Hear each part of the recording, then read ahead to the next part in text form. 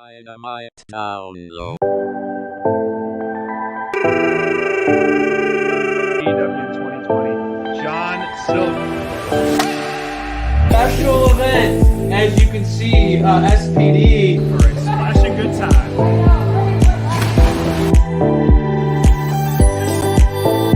January recruitment month. Come along, I come along in the ring. I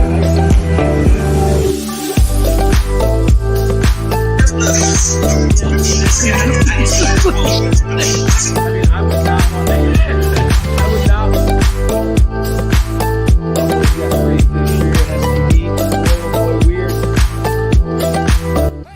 to. Welcome to Dynamite Download.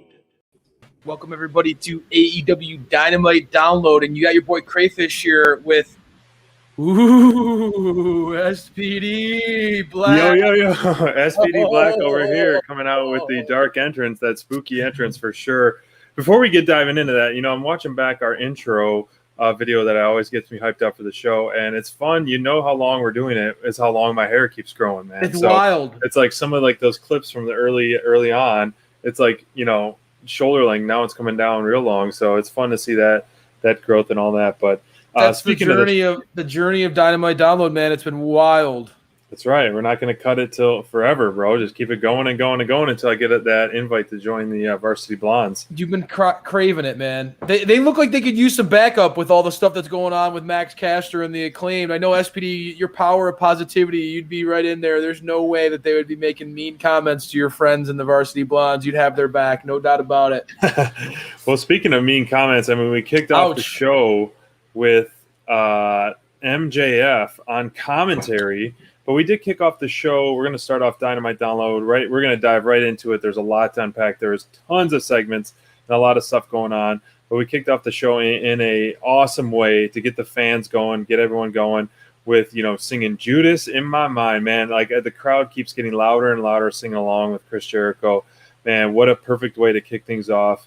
You hype it up, then you suck out all the energy as soon as MJF comes out and starts getting on commentator and rips up that sign from a fan, and then just gets the most heat that you can get on anywhere. So, and then we saw it after the match too. But, going into this match, this rivalry that's been years, decades in the making between these two, I was pretty impressed with seeing Juventud, man. His high energy stuff. I mean, the chop battles between these guys was pretty epic for a lot of stuff. And, I've said it last week and I'm saying it this week, Jericho is taking a lot of these rough bumps, man.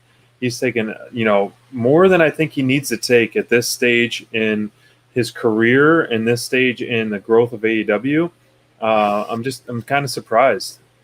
Well, I mean, I get where you're coming from. And we saw a trend that's been happening in these labors of Jericho where even commentary pointed it out, man, that he is just a battle-tested warrior, man, and he's been going at it. You could tell that these labors of Jericho are really starting to take their toll. I mean, you had both of his arms damaged tonight. You could see he was starting to get just you could tell Jericho was starting to tap into those reserves just to keep up with Hoovy. And like you said, I mean, the juice was loose, man. Like Juventud looked like he still could go. Absolutely. Was a lot of fun to see him kind of push the pace a little bit in this one. And Jericho, with the stipulation of having to finish the match with a move off the top rope, really pushed him outside of his box. And, we've seen Jericho embrace more of a,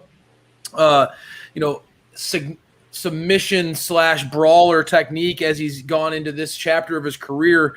A lot different offensive arsenal from than his days as the Lionheart back in the day when he was fighting Juventud.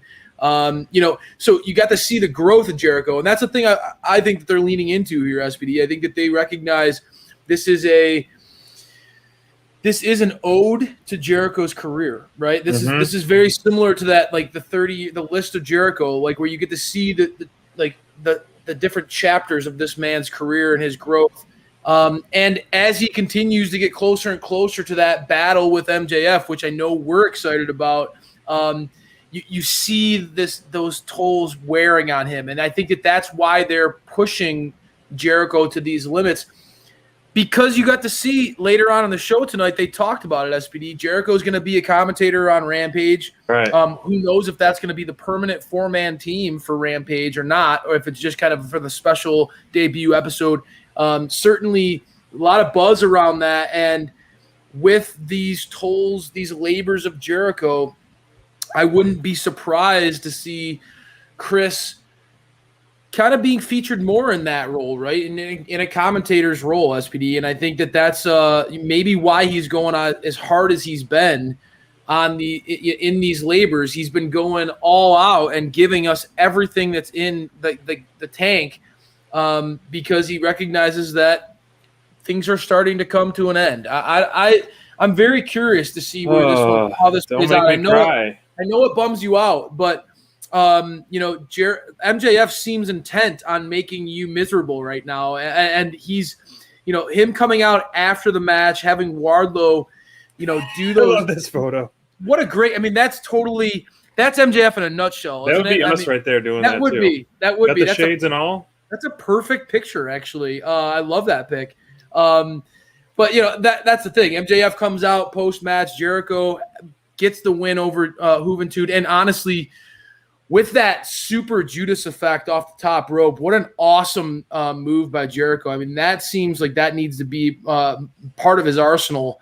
Take down MJF with it. Absolutely incredible. It was phenomenal to see that. But the post-match, you got to see it here. Wardlow left him all laying. He had it wasn't just content on putting Jericho down. He also beat down Juventud post-match. And MJF was miserable and insufferable on the mic as always. Right.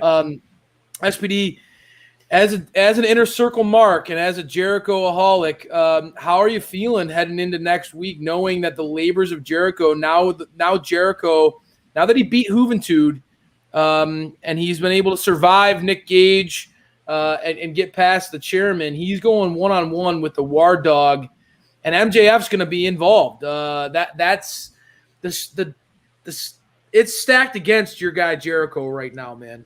I think we'll have Sammy come into play with this because didn't he say at any of his matches? So maybe Juventud comes back to help after what Wardlow did. So that would make sense. And then that's set up for a tag match or something, to kind of stretch it out till the ultimate labor. Sense. And I guess we got some clarification that I wasn't aware of, that MJF is going to be the 5th labor if he does. I thought he had to go through 5 and then get to MJF. And so a lot MJF of people thought that too. Yeah, you weren't alone. That way we can have Chris heal up a little bit before All Out if they do stretch that out. They have that tag match with Ubi. I like that. Kind of yeah. And then you can just milk because we have 4 Dynamites left until All Out, and we have this many matches set. Wow. Isn't that crazy to think? It is, dude. This many matches in a sold-out arena where we're going to be in Chicago. But, both the last week and this week, Jericho, I think, only got like 20% offense, man. He was taking abuse after abuse after abuse, and he was taking some heavy bumps. But when MJF came out after the fact, and on the commentary calling everyone in Jacksonville fat walruses flapping like seals, I about died laughing right there. But this was the second half of the match was much better than the first, in my opinion. I felt like it was a little slow start, but then ended really strong, and then had a great story and an arc at the end, and then continued to see what we're going to get looking forward to next week. And we only have 3 matches announced for next week, which we'll probably get 3 more, which is very exciting. A huge week for AEW next week. But all in all, it'll be interesting to see how this does end. I know we talked about it on Friday Night Flights and Fights, and I still can't imagine this being a MJF putting him down a pasture like we saw kind of like Malachi Black or something, or, do you have two legends that really paved the way and started this company? All of a sudden the book is closing this early. I don't know. It's hard to say, right? Because, I mean, Cody still certainly seems like he's in his prime, but there's a lot of – we don't know all the things, as Cody hinted. We don't know all the opportunities. We don't know all the things that with our interview with QT Marshall, we got to see a little bit about what these guys do behind the scenes, and so many different responsibilities and roles. I can only imagine the pressure the multifaceted role that Cody is playing in AEW. Right. He got emotional in his interview, so you can see, man, especially with this influx of talent, man. SPD, there's a lot of talent in AEW right now. Perhaps AEW is going to try to force to make room for some of this talent. I mean, we're hearing not only the Andrades and Malachi Blacks that made a big statement tonight, both those guys. Yeah. But you're hearing the rumors of CM Punk. You're hearing the rumors of Daniel Bryan. People are talking about, Bray Wyatt, Adam Cole. I mean, the buzz is around AEW. So, you never know what is in store, what AEW has planned for us. That said, I think let's focus just on next week's matchup, Wardlow versus Jericho. Yeah. My pick for breakout star of the year, the War Dog.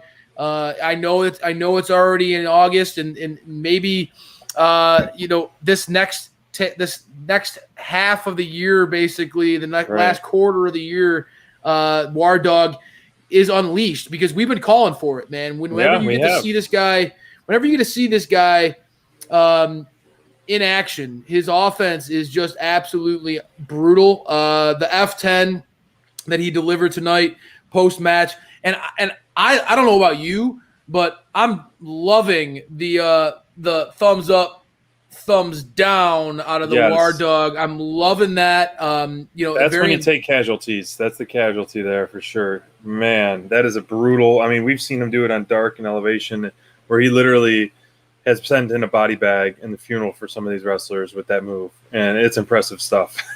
Well, yeah, absolutely. And then you compare, what we see out of the way that MJF has been on commentary, SPD, him being involved as a potential referee, being involved in that capacity against when Wardlow goes against Jericho, man. I mean, he's been very vocal about his criticisms against Aubrey Edwards, who's she's an untouchable in AEW. MJF has made it very clear that he's tired of her back and forth officiating. So I know, I like that. That he's going to be involved in the match itself. This is going to be very fitting as the most difficult of the labors for Jericho when you get to see Wardlow going against Jericho. And imagine, I know there's people out there who, with all the surprises that we've seen, you're going to Wardlow. But for us here at Dynamite Download, we said it when we were booking when we talked to Bonds about this on Friday night. How would you book it? Bring it home a little bit. We've got the detour. We got to see the Nick Gage. We got to see the Juventud. Now bring it home. This all stemmed from that blood feud of the Pinnacle and Inner Circle, and I think it makes a lot of sense. It's very fitting that you get to see MJF and Jericho going head to head, but with Wardlow being a key player in that. You got to remember Wardlow and MJF were members of the Inner Circle, folks. That's true. Playing off that heat, Wardlow's got some personal involvement in this too, right? Wardlow's got some skin in the game on this feud, so he's going to want to show out in this match against Jericho. I think that one's going to be a blast, and I think it makes a lot of sense to put him up against the War Dog. How I see that going, it'll be hard to see Wardlow lose to Jericho, but cleanly at least. But yeah, I think it happened. You don't do this build without it happening, and he will. And maybe we have some kind of. We can dissect this on Friday a little bit deeper, but to keep things flowing. But I think we could have somehow Jericho make amends with Gage and Juventud, and somehow because MJF was talking so much smack about all of them, maybe they can turn on MJF ultimately because Nick Inner Circle Gage didn't get paid. I don't like what he did with Mike Tyson. He made amends with them. So I think that there could be something to that. It's definitely a huge battle that you got to overcome with the Wardlow or the War Dog. He is essentially the gatekeeper in the Pinnacle. So, anyways, let's talk about this. Big dog. This last match that was announced, this trios match versus Daniel Garcia and 2.0, new debuts here live on Dynamite. Dynamite debuts against three of the top baby faces, and Jon Moxley and Eddie Kingston and Darby Allin. Give us it. There we go. But honestly, I think this match it had its place, and this whole card was kind of up and down, so many different roller coasters for me, and so many different blends of talents, blends of feuds, blends of matches. Point. And this was another one of those. It's like, debuts of 3 guys on Dynamite, and you got to give the people what they want with the 3 hot baby faces. And Eddie Kingston is consistently getting big pop after big pop after big pop, and I love it, man. This guy is a workhorse. He is a warrior. The chops that he was giving were insane and brutal. And then at the end, there's some of my favorite moments is when Sting was getting in the face with 2.0 and Darby comes in right in your face with that shoulder tackle. I was like, oh my gosh. It was like literally in your home, in the home right there. Hearing somebody coming along. Am I going to get a little choo-choo out of USB? No. Keep that conductor hat on your side of the table over there, bro. But anyways, I can appreciate good wrestling where good wrestling, I can appreciate that. So that was an outstanding spot. It was a brutal shoulder tackle. Oh. The paradigm shift was Cell by Daniel. That paradigm shift was epic. We've seen a lot of paradigm shifts in AEW, and that was one that he looked like that Cell was phenomenal, but the height that Moxley got on it too, that was an awesome finish to that match. And then after the paradigm shift, you had to see Darby with one of the best finishers in AEW, the coffin drop, gets the crowd popping every single time. Just a blast to see. The wild things of Eddie Kingston, Jon Moxley, and Darby Allin. When you talk about putting together like a fun, crazy, energetic, charismatic, like just an amazing babyface crew. Perfect that for a crowd. Will connect with the crowd. Yeah, you couldn't pick 3 better guys on the AEW roster than these guys to put together. They've really vibed together well. That Darby has had his past with Jon Moxley. Moxley and Kingston have had that back and forth and became brothers again. Just made a lot of sense putting those 3 together. And although the match kind of felt a little like odd because we know so little about 2.0 and Daniel Garcia in AEW anyway, it was very interesting to see the crowd. The crowd ate this match up, man. The crowd was popping, and to that effect, we have to give Team 2.0 and Daniel Garcia. Of course, you have to give them their credit. They made these baby faces look like $1 million. You talked about it. The selling from Daniel Garcia, just putting over the energy that we'll say the Wild Things brought to the table. It worked, and it worked in a big way. I know that you were eating up the chop battle. Eddie Kingston was going hard tonight, and honestly, Kingston's made his MO on being somebody who kind of goes through the ringer in his matches, right? This dude is a grinder. He's a battler. So agree. I thought that he helped carry a lot of this match, Kingston. He did. Overall, though, dude, all 3 baby faces, even though this felt like it was a random hodgepodge of talent, you got to remember, we're going back home. We're going back home to Jacksonville. We got to throw these fans that the passionate ones that were there week in and week out through the pandemic. The Sharonicas out there who will drive hours to go there, right? Give the people what they want. You're giving the people what they want. You're throwing them a bone. You got to see some of the most over baby faces go over in a big way. And I think that it worked, right? None of these guys in particular are really caught up in a feud in the moment that they have to be dialed into. So why not throw them into a match like this? Get the crowd pumped up, and boy, did they eat this match up, man. They did eat it up, and it was a perfect, get the crowd, continue the momentum going on that as well, for that as well. But we'll shift into one of my favorite factions in AEW other than the Inner Circle, the Dark Order, which we are all fans of, the Dark Order. And we saw kind of a surprising twist, and I'm still holding on to hope for a Silver Reynolds tag team opportunity against the Young Bucks.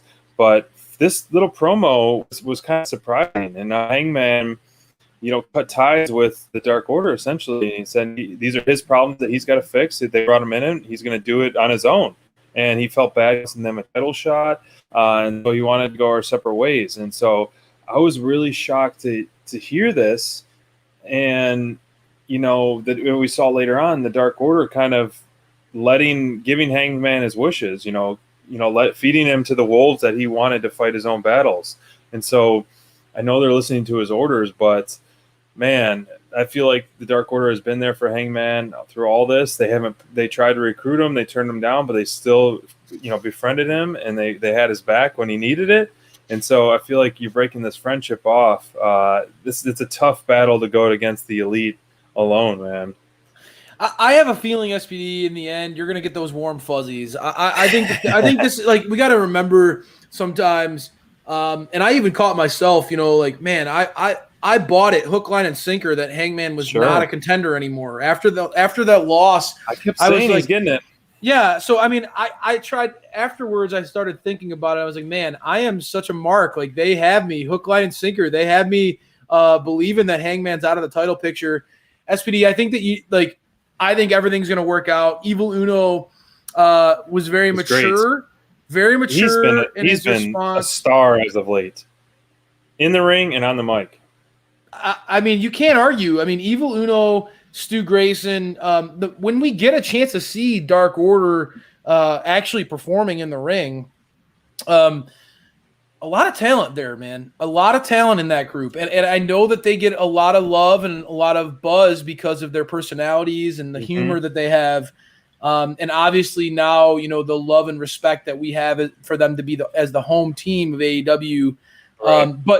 But man, there's a lot of in-ring talent on that crew. And I think that, Uno showcased a lot of maturity in his response to Hangman. It's not about like friendships. Sometimes, just like in any relationship, you got to let if you love something, let it fly away or whatever. What's that saying? Right. Oh my gosh, I forgot it. But you know what I mean. I know what you mean. Let it go, and if it comes back to you, then it's a real thing. And I think that Hangman, his journey, his struggles tonight, were indicative and reflective of the pattern that we've seen of Hangman. And I think that it's important to note that the story of Hangman has been a slow play of a guy who is he's had those moments and he gets knocked back down. And it's always his journey has really been about getting knocked down and getting back up. Yep. And how many times can the human spirit endure that? Sure. And I think that's, he's showcasing that right now. How, like, that question of how many times can you get knocked down, and how many times can you get back up? Like, how resilient are you? It was teased later on in the show that he almost was contemplating asking for forgiveness from the Elite or asking for them to mend the fences. I don't know if I read this whole thing wrong, but the story of Hangman throughout the show to me tonight was a man that was dealing with loss, compounded by feeling like he continuously disappoints the people that rely on him or count on him, and that he just can't seem to get it all together. And it was very fitting that he went back to the guys who were his best friends from day one, and almost was like the battered spouse syndrome, where he felt like he needed them. Like, there was something unique there.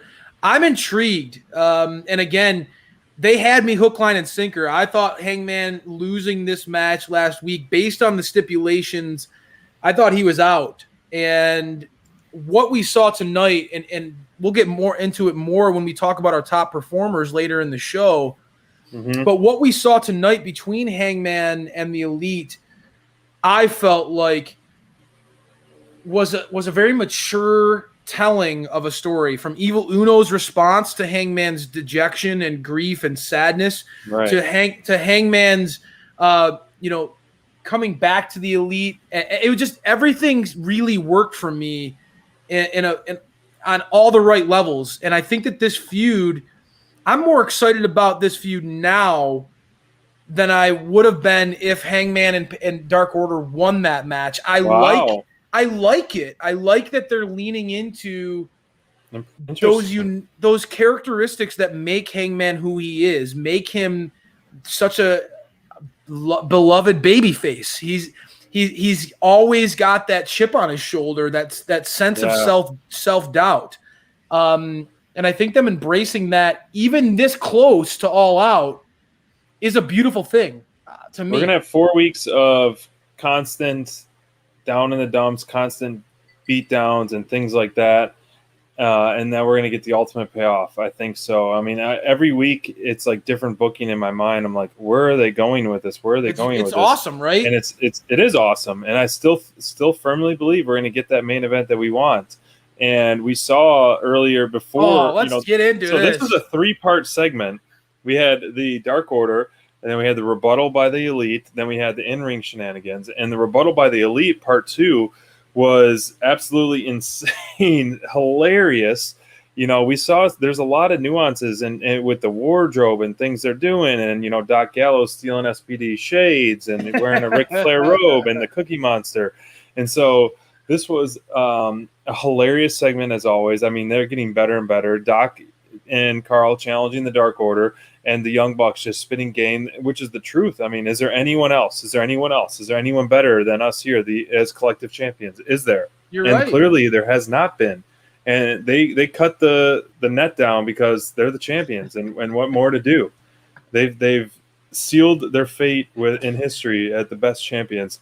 And who is going to take them down? And so I thought it was a dominating promo. I thought it was a hilarious promo. Yes. And these guys just work so well together. I mean, you look at those guys and it's just like, it's true. Like, who is going to beat these guys? Who is going to step up? I have no idea. I feel like we can have kind of a more clear taker in terms of Hangman dethroning Kenny versus the Young Bucks getting dethroned by anybody. I have no idea who can dethrone the Young Bucks at this point. Well, I think that the long-term story there, I know that you've talked about Lucha Bros, you've talked about, to me, the long-term story there is Santana Ortiz getting that title shot. I think everybody is chomping at the bit. Those guys deserve another chance, and they deserve a run with the belts. We've seen the Bucks have the belts, and they've had an epic title run. Mm-hmm. We've seen FTR, my guys FTR, have a title run. Yeah. It's time that Santana Ortiz get that shot, get that opportunity to run with the belts. But that said, dude, I mean, nobody has been presented as equals to the Young Bucks or Kenny. I mean, we've talked about this at length, man. Who will beat the Elite? The story here, I mean, and let's be real too, like, them embracing and acknowledging that is a good thing, a part of television, right? That, like, embracing man, nobody can stop us. We've challenged everybody. Who on the roster could hold a candle to us? I thought that was really smart, to again, acknowledge that, recognize that, and lean into it. It only makes us want to see them lose that much more. And that said, it also puts things in perspective a little bit, SPD. I think that it's really easy to take for granted how good these guys have been. But I think when you have them kind of go like they did tonight, remind the world that they've literally run through everybody in the division, the tag division, and Kenny, for him to, basically be at a point where we all thought Hangman was going to be the guy. He's beat Hangman. I mean, he's both of these, the Elite, Don Callis has to be smiling ear to ear in those shades. And short shorts. And the short shorts. He's got to be beaming because tonight was an emphatic W for the Elite. They put the wrestling world on notice once again, reminding everyone why they are the best in the world. And I think that some of the outfits tonight were hinting at that, right? Like kind of elaborate. What did you see that kind of, because you pointed out a few things that I didn't really notice and kind of thought of, other than the Ric Flair robe. The Ric Flair robe jumps out at you, but then you see that the Jackson brothers, and I know that Hawaiian shirts are a thing for those guys, so maybe I'm reading into it a little bit, but you see the Hawaiian shirts on the Jacksons, certainly something for those of us who love Bray Wyatt and his early days in NXT, kind of in the rocking chair days when he was the cult leader. He would rock those shirts, and so it was like it seemed like an ode to him. And then Kenny, for me, like seeing Kenny that Cookie Monster shirt, CM Punk. There was a lot. CM Punk has always talked given different answers, kind of like the Joker on what CM Punk really stands for. Chicago made, Cookie Monster. You hear all sorts of different reasonings behind CM Punk, but. To be honest, there you go, throwing up that graphic. Thank you, Bonds, for finding this. You see some of those parallels. It's interesting. I know that Darby Allin put CM Punk on notice last week. Maybe Kenny's making a subtle ode to CM Punk. I like it. So I think that, again, AEW does such a nice job. Chick Magnet Punk. AEW does such a nice job of having layers to their characters, and that's what I love about what we're developing here. Again, think about this. Kenny Omega right now is in a position where Christian Cage, which we'll get into here shortly, Christian Cage is emerging as the number one contender. Talk about it. Hangman Adam Page is in the title scene. You got him in a Kenny is in a position where he's got multiple layers now of contenders chomping at the bit to get a shot. And I love that they are acknowledging the undefeated Christian Cage. We all agree that the guy who's going to beat Kenny needs to be, at least if we're booking it, needs to be somebody who could get that ultimate rub, because Kenny is the best in the world right now, right? The best bout machine, the belt collector, you name it. Having Christian be in that position, Christian's well established as a veteran who doesn't necessarily need that rub from beating a Kenny Omega, but putting him in the ring with a Kenny Omega will only further solidify how great Kenny is. Sure. Because what we saw tonight was another example of a classic Christian Cage match where, of course, man, you're not going to see a million tweets about, oh my God, did you see that move? Oh my God, did you see that moment in the match? You're not going to see the tweets going viral about a Christian match. But what you will see is consistently well executed, intelligent psychology in a matchup. Almost a flawless match between him and Blade. Again, we've gone in and talked about how Blade is a workhorse. This guy, we've been fascinated by Butcher and Blade since the beginning, and now seeing Blade kind of get this solo run, we've all seen it. This dude is shredded. This guy can do. The mercenary vibe is working for him really well. Having him get this chance to go one-on-one with Christian, really, really smart. And again, Christian came out looking like $1 million, going against a strong, like basically one of the strongest pound-for-pound fighters in the company, I think, in Blade. No, I think that's a great way to put it. And I mean, I completely agree. This was last week I said it, like I was looking forward to this because I knew it would be such a well-wrestled match. And I think it could have been one of the more technical and well-wrestled matches on the card, and it delivered in that sense for sure. These are definitely two battle-tested warriors going to battle, and I agree with JR said this, that, the Blade's confidence has improved dramatically, and you can tell both, in the ring and on screen, just the work that he's been doing. And so it's been really fun to watch his kind of, Butcher's on the back burner for now, maybe wrestling injury, hopefully we see him back. because that tag team is definitely one not to mess with. But Butcher or Blade's singles run has been pretty impressive. He hasn't been racking up too many wins, but he's been impactful with HFO and things like that. And so I like this battle and completely agree with you. You're not going to be getting those must-see moments, the wow factors that you're going to be talking about, but you can respect it if you're a wrestling fan. Yes. And respect both guys giving it all on the line for sure. And seeing that spear from Great Christian spear. at the end, I love that, right? And Christian's promo, I like that too. Had some humor in it, right? Had some humor in it, singing along with for Layla. But I think that also Christian kind of he put all his cards on the table, man. Like I think that Christian told it like he kind of spoke the truth, right? And he came back. You got to remember, this dude came back after 7 years off.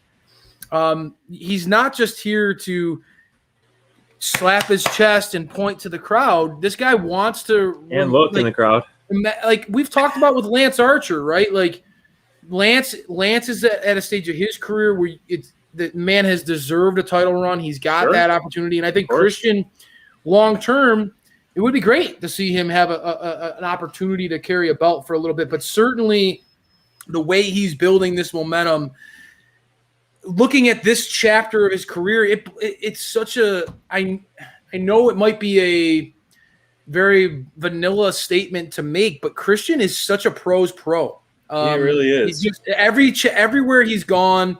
If you look at his time and Impact at TNA, everywhere he's gone, this dude just is so consistent, and a guy who I think is underappreciated in the landscape of AEW. So I like that he's getting a chance against Kenny. I like. Well, we don't know officially yet, but this is the way I see it going, and I would love to elaborate more on this. We can talk about it at Friday Night Fights, but I saw it one of two ways. But Penn had a great point how he said Cage is the next contender. To Kenny, he puts on his number one contender on the line against Hangman. That's his way in. I like that. Didn't even think of that, but I really like that booking. But one of two ways, or the two ways of Christian Cage will not face Kenny at All Out. He'll do it on Rampage, or it makes sense because it's the debut show. You have this headline marquee match, Christian Cage versus Kenny Omega title shot. Kenny does not win cleanly because they're going to cheat the typical way of the Elite. That way, down the line, Cage will get his rematch and Ultimate get his vengeance. Secondly, I think that will still give Hangman that shot at All Out. Or if for some reason Cage does get that shot at All Out, you have Kenny win, and that's where you debut Daniel Bryan for an instant feud with Daniel Bryan and Kenny Omega. You have the crowd sucked all the energy out of the main event because Cage is in it and Cage loses, and all of a sudden Daniel Bryan debuts, attacks the Elite, and the roof is blown off the place. So I think you have to end All Out with either Hangman blowing the roof off or debut Daniel Bryan blowing the roof off. Well, that Kenny, like I said to start off this segment, man. I mean, like Kenny right now, I know he's the champ, but this is an example where the champ is belt or not. Kenny is just must see. Kenny is must see TV, and I think that any program that he's involved in, is going to deliver. I mean, and the fact that you think about this too, man, like. He's going to be in programs with a guy who's 29, 30 years old in Hangman Adam Page, and a guy like Christian who's been, an industry veteran for, over 20, for Kenny to be in those positions where he's in the Hangman feud, he's got to be the veteran of that group. He's got to kind of lean into different aesthetics than he would against Christian. It just shows how multifaceted he is. And I think that Kenny is, when we look back on this run, it's gonna be one of those it's gonna be one of the defining runs of AEW in this. I know that there's a lot to like about the Elite, but and as far as their humor and things like that. But when you actually talk about what they're doing to change the overall structure and vibe of the show, building stars, giving people opportunities. We've talked about at length. You know, the Young Bucks have helped debut the Acclaim, Private Party, Top Flight. The list goes on and on, and give some of the best matches of those guys' careers. Kenny's doing the same thing with Jungle Boy. You see, he's giving opportunities to a lot of these guys, and I think that in the end, the Elite are going to be remembered for being good guys. I know that they're the ultimate heels, but I think that at the end, a lot of fans are going to look back and say, this chapter has helped really transform the way we look at the divisions in AEW for the better. You're right. You're absolutely right, man. And I am sorry about that. That was not what we want. I'm trying to share the next screen, but I wanted to let you do the intro of your favorite person. Oh, well, that's what I was going to say. Talk about changing the landscape of a division. I mean, if we want to get into that, the DMD, she closed the chapter. The DMD closed the chapter on Nyla, and I think immediately we transition into the Red Velvet feud, and what a breath of fresh air! Such a perfect fit. Red Velvet kind of has that small, plucky underdog baby face, not going to back down from anybody, going to talk trash, and really not afraid of betting on herself, going against the DMD. And again, this is something I've always tried to emphasize with DMD. We saw some of this creep out in the Thunder Rosa feud. DMD presented as a powerhouse, right? I love when Britt that's one of the things. I know there are a lot of things about the Nyla feud that didn't hit for us, that weren't clicking. But one of the things is that I think that Britt has built up this aggressive side of her. And, a lot of her offense, when we think about it, it works when she can be that aggressor, that powerhouse vibe to her where, she's hitting the kryptonite crunch. She's manhandling or, tossing around the talent. And I think that putting her against Red Velvet, that size disparity is going to be a perfect matchup. It's going to allow DMD to shine. And this was exactly, as a diehard DMD fanboy here, this was exactly what the fans love about Britt Baker. This is the version of the DMD that we love to see. This is the version of the DMD that made her the star that she is. That nasty edge to her. I mean, putting Red Velvet in her place, talking like Velvet coming out, challenging her, talking smack, and Britt basically saying like, "I beat your ass in less than 3 minutes last time." Yeah, you're enhancement talent. I mean, Britt came hard, and I liked that Red Velvet showed that she's not afraid, that she has that spunk, that firecracker mentality to come to push back. 7 straight wins, she said. She had 7 straight wins, so she's a different person than what she was when they first time, and so is Britt as she came back with a rebuttal. I'm glad we finally we have a match set for Rampage in her hometown, and so we have the next challenger, and like you said, it works so well in terms of just even the body dynamics. And I don't know, like, I'm surprised with the broken wrist, like she's going to be able to fight, and I think you can. That's why she's the best in the world, baby. Not to pick out this segment at all, but it almost really did look like Britt was favoring that wrist like heavily.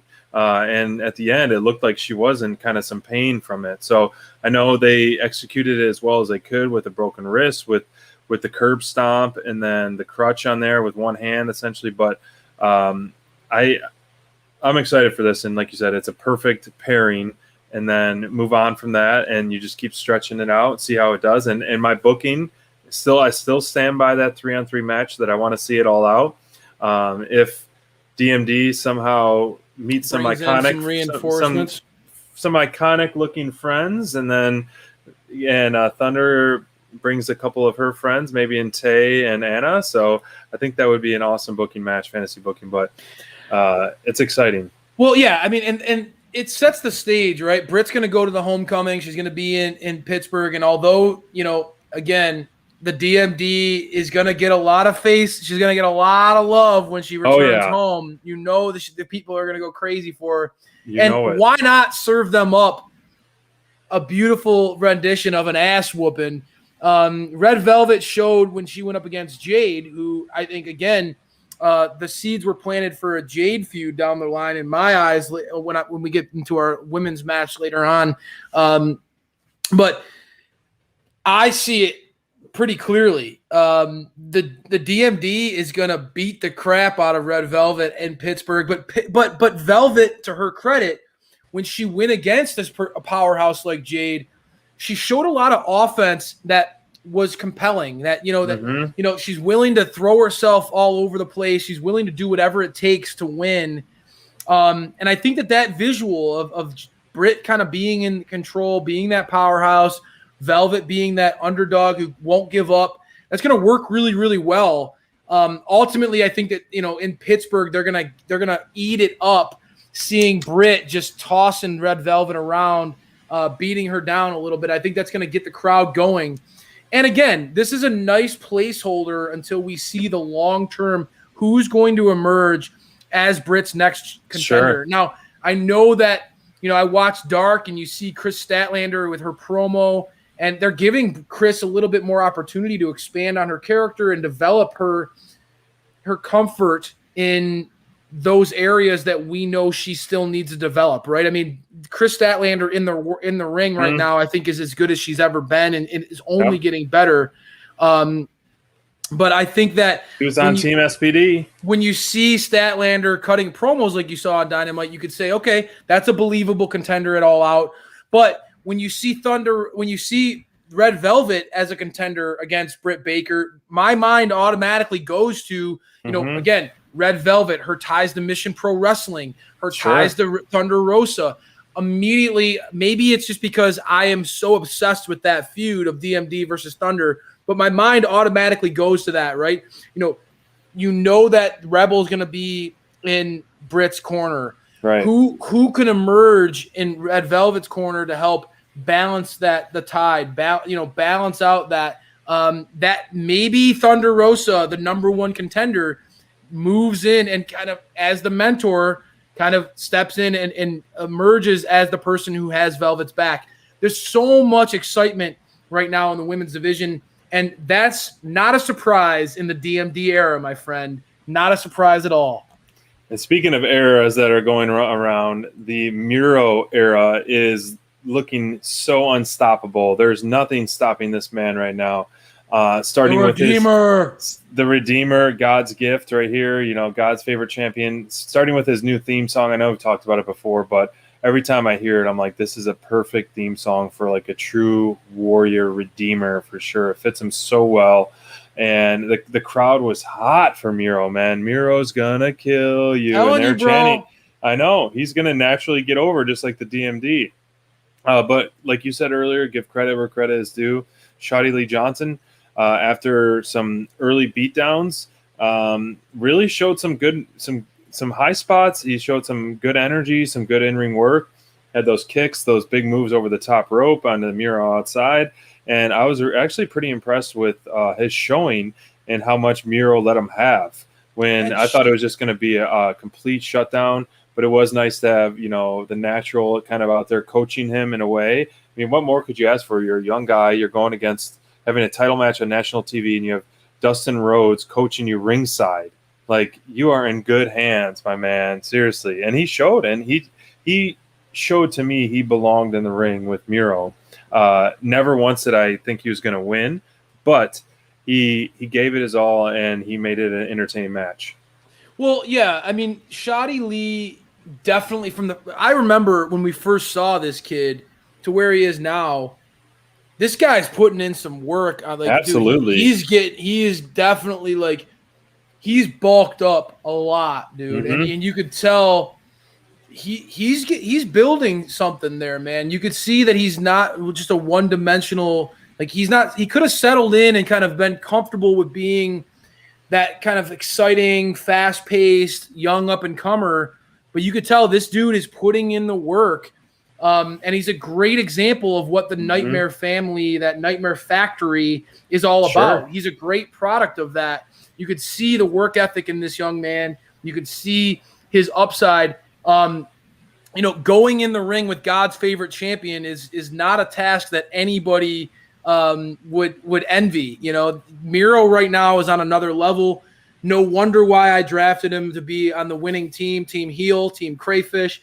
Miro is truly looking to me, and as a fan of his entire career, Miro is hitting on another level right now, man. He is absolutely killing it. His promo work is on fire.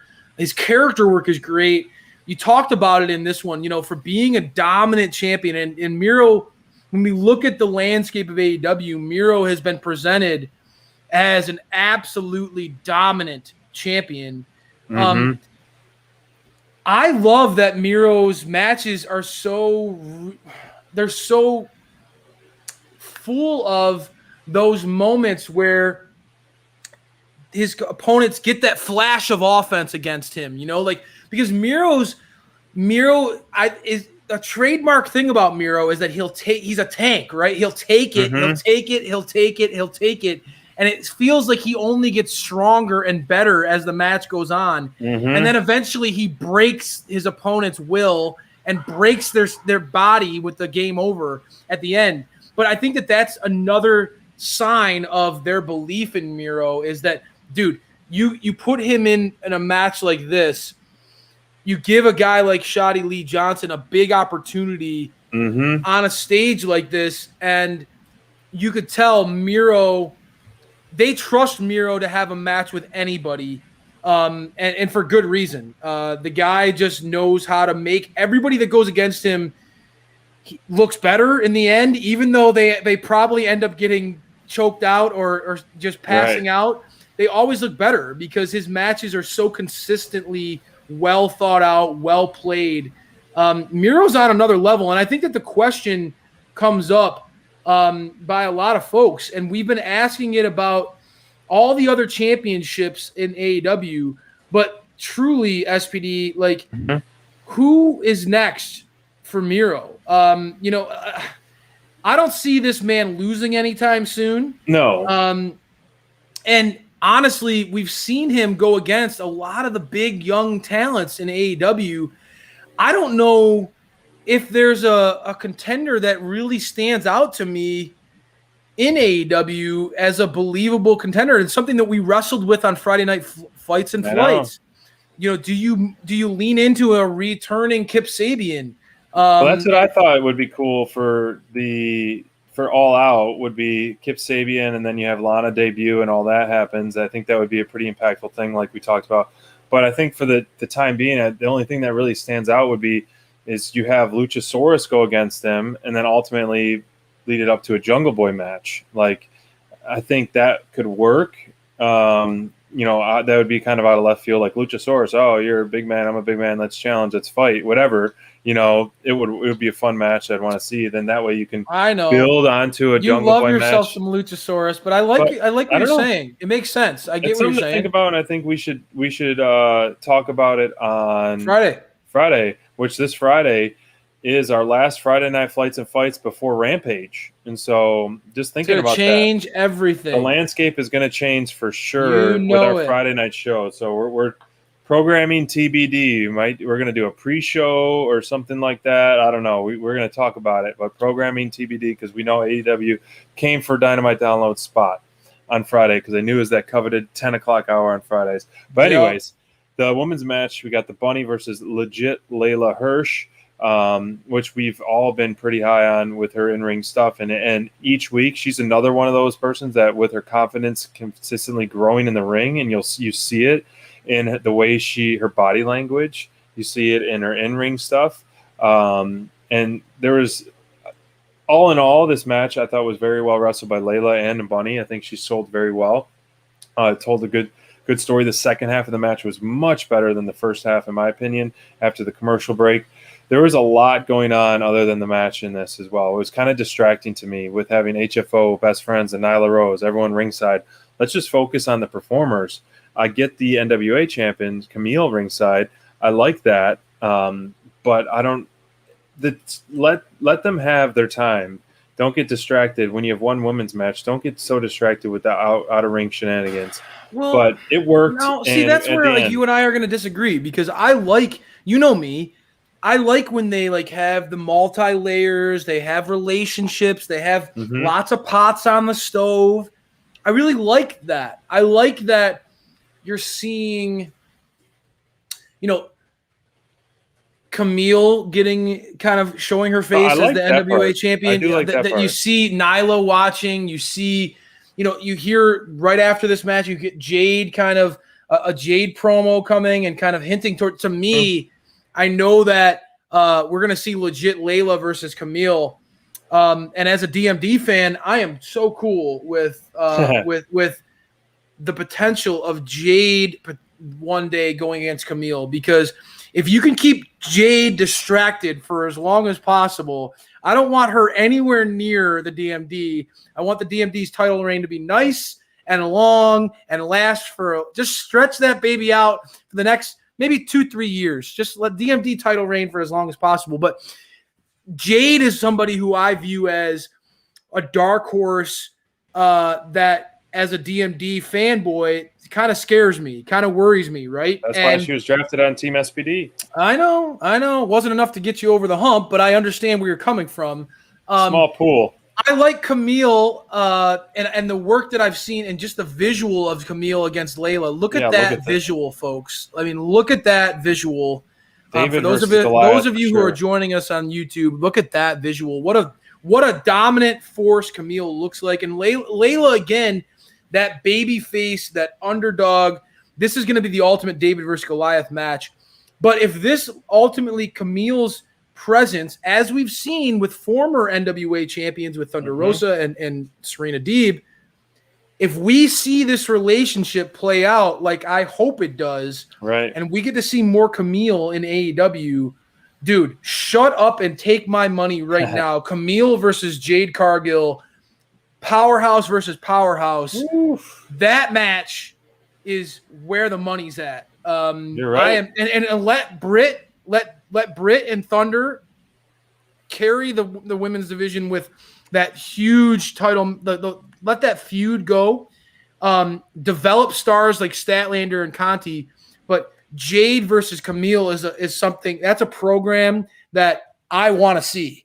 That said, I don't want to get off the tracks here. Reel me in, SPD, because I could talk about DMD all night long here. I know. Legit Layla Hirsch getting this big win against the Bunny. And honestly, again, huge win. A lot of fans of legit Layla out there, right? I mean, I know that there are people out there who have been calling for her to join Team Taz. Yeah, there was a sign in the audience. I saw that. It was pretty smart, cool. Right? Everybody sees that human suplex machine mentality.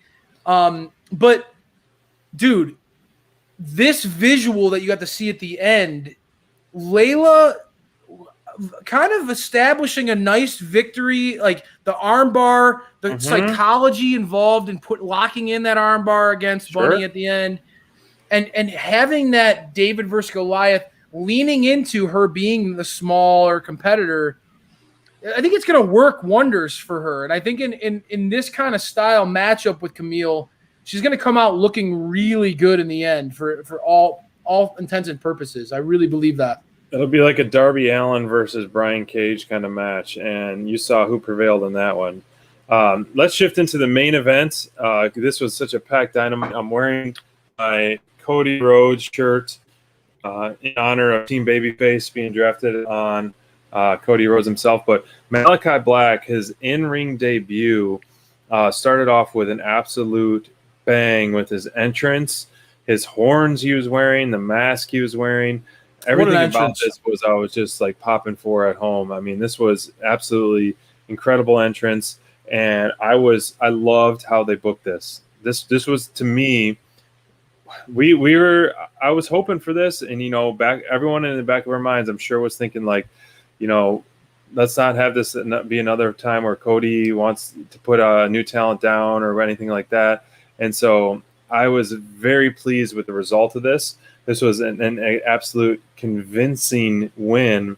That top rope spot onto the table was brutal. And then just that knockout kick, which Malachi Black's roundhouse kicks are second to none in the industry. And boy, oh boy, can he connect with those. But the He match looks in better itself, shape now than he did when he was in WWE too. To me, as somebody who's seen him, definitely more. I he's in the peak condition that I've seen him in, and for good reason. It's Sure. evident that AEW's will they're gonna strap a rocket to this dude and like just let him. crowd is showing it too. Yeah, man, the crowd was hot for this. His entrance was a banger. Which I mean, kudos to this dude. He just knows. He knows how to the art of performance. I mean, he knows how to play to the crowd. He knows how to kind of keep that mystique, that aura, just that ambiance. The Indian style in the middle of the ring, waiting. You get when you get to watch this guy.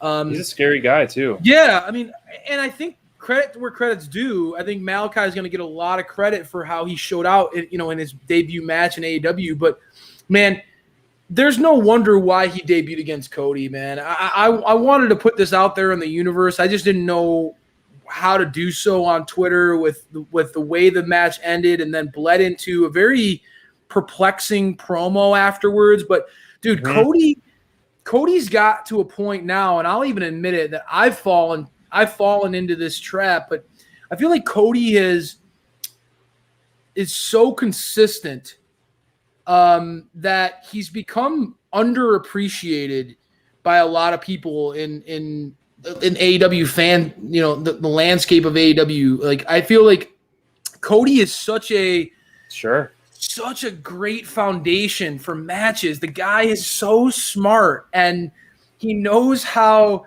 to tell and sometimes I'm going to admit the epic Cody Rhodes match, that trope has worn thin at times in the past to me, when he's done that epic match against talent. Peter Avalon. Yes, right? Talents that maybe shouldn't be on the same level as a Cody Rhodes. But man, when you put Cody in the right situation with the right opponent, it's hard to find a guy in the business that just gets it like he does. And it's no wonder why Malachi looked as good as he did, because Cody, I really felt like Cody did it. He did the Lord's work tonight and putting Malachi over. I mean, so happy going for it. Going through the table, like you talked about, like everything about it, the mystique, the allowing Malachi countering the crossroads with that nice knee to the face. A lot of cool things that happened in this match, SPD. But I think the overarching story is that Cody was going to get put down by Malachi, and that was the intent of it going in. Malachi, we've heard that story before. Brody Lee, when he debuted, he wanted to put him down. Lance Archer, and I'll always remember that Caesar promo by Jake Roberts when Lance came into the scene. Right. There's something that feels different about the way this feud is playing out, and I know it's early, but I think that Cody's at a different stage, maybe mentally, life-wise. I mean, he has a beautiful wife and kid, and so you start to think about maybe Cody is willing to put Malachi over in the ultimate way. That post-match segment left a lot of us wondering. Yeah, I need to let it digest, and I want to kind of talk more in depth about it on Friday, but I didn't know. It was kind of came out of left field, like Cody hinting at leaving his boots and retiring. I feel like that would be a mistake. The guy is still in his very prime, and it's such an infancy company. Obviously, he does more than just wrestle, but for him to put over Malachi was awesome. I mean, he put over a lot of people, including the great Brody Lee.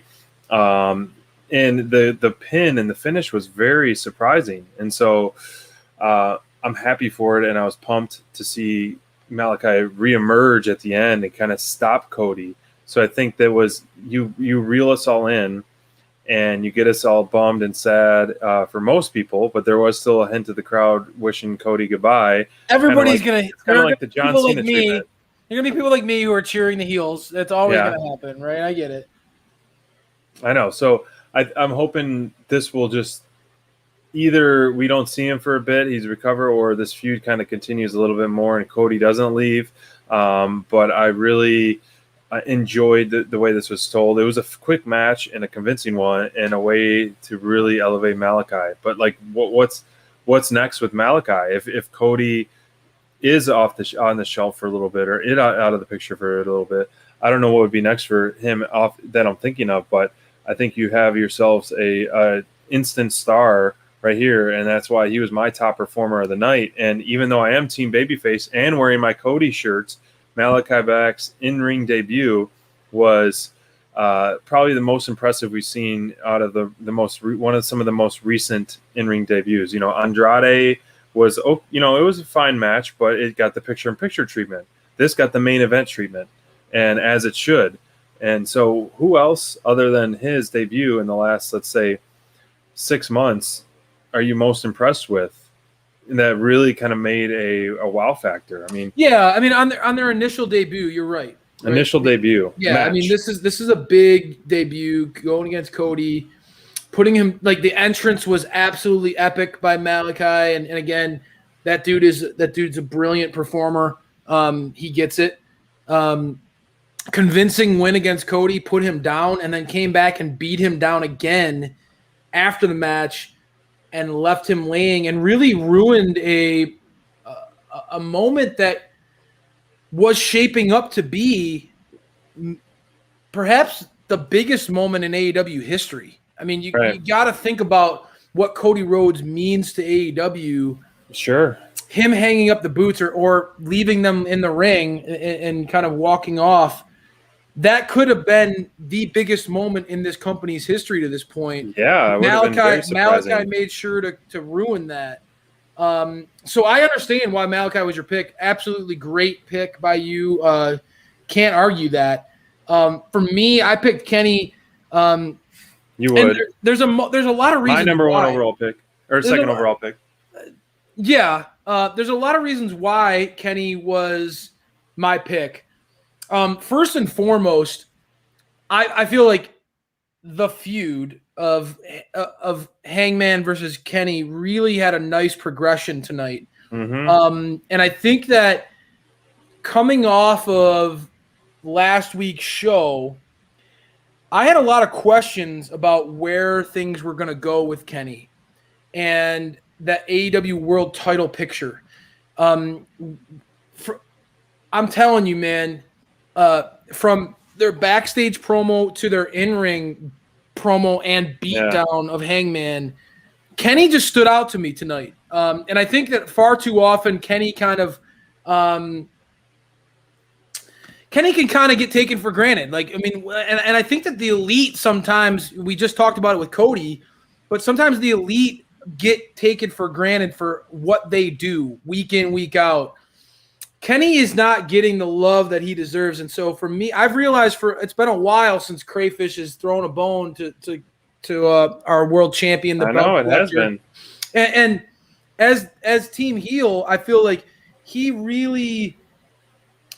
set the tone tonight, and I love how this overarching story is not obvious. SPD, you talk about it, man. Like, yeah. There's a lot of pieces that still feel like they're moving around right now as we're inching closer to All Out. Sure. And for Kenny to keep all these things swirling around the Elite, not only justifiable and relevant, right, but interesting and moving forward, I think that takes a lot of talent. It takes a lot of skill to be able to have multiple contenders that are fighting for your attention and multiple storylines coming at you, and to be able to keep them all moving in the right direction. I thought Kenny was on fire tonight. I'm incredibly impressed with our world champ. And you know, SPD, you can't go wrong with your pick, but his character work tonight just felt like it was the glue that held the show together for me. So I agree, man. He was on the multiple promos and his in-ring stuff. It's been getting better and better and better. The cookie, like the cookie monster is good enough for me, mother father. That line from Kenny, and again, we talked about the Young Bucks earlier about how they put the division on notice, but Kenny's delivery of that line, I was cracking up, man. Like it's stupid but hilarious, and that's what makes the Elite so great. The danglies and all, I love it. I love it. So this party is going to continue all week because we are going to be special guests on Top Rope Squishy's show again tomorrow with Broken Marcus Gray, and it's going to be a party. So we are to stay tuned to our Twitter. We're going to tweet out the link of our show tomorrow. We're going to be guests on there. We did it last month, and it was a lot of great time. So it's going to be a smorgasbord of all positive, fun wrestling here. We had a great time doing it, so make sure you guys join us. Head over to their channel. We're going to be special guests. Team Dynamite Download. I'll be wearing my babyface shirt. You better be wearing your QT Marshall bowling shirt. I will do as requested. As requested, and we can talk about our interview a little bit on the show as well, so we can get some of those other fans that we haven't seen our interview yet. Plus, on Friday Night Flights and Fights, we're going to be back 10 p.m. Like I said before, this is our last 10 p.m. slot for now. And please join us. It's always a great time, and it'll be a great cheers and ode to the weekend. But, man, you guys, thank you guys all for joining us. We love interacting with you in the you're chat. You're going to get a lot of the Dukes. You're going to get Wednesday, Thursday, and Friday. That's a lot of Dukes. I hope you all join us for that. It's going to be a lot of fun. And honestly, dude, we didn't even get a chance to talk about Andrade and the Death Triangle tonight. I feel like leave it for Friday. I feel like that at Crayfish is going to make it a personal mission that we talk about that feud on Friday night. So we'll kick things off with Andrade and Pac. Thank you. Her request from Team Heel. Thank you. You're welcome. I like it. I can't wait to talk to you guys all more about all the things that are going on in AEW. And again, SPD, I love what you're doing right now. You have so much planned for our trip to All Out. You guys have no idea. Hopefully you guys can be there. As we get closer and closer, guys, if you're fans of Dynamite Download and you're going to be there at All Out, we promise you an epic weekend. We're going to be tailgating. We got all sorts of great stuff planned. So cannot wait to talk to you and reveal those plans for you guys. Join us tomorrow with Squishy and the Villain. Friday night. Going to be a lot of fun. And then Friday night, Fights and Flights, our favorite show of the week. Cannot Great wait. way to end the week for sure. You guys know where to find us. We cannot wait for it. I'm going to sleep well, and you know where to find us. Thank you all for joining.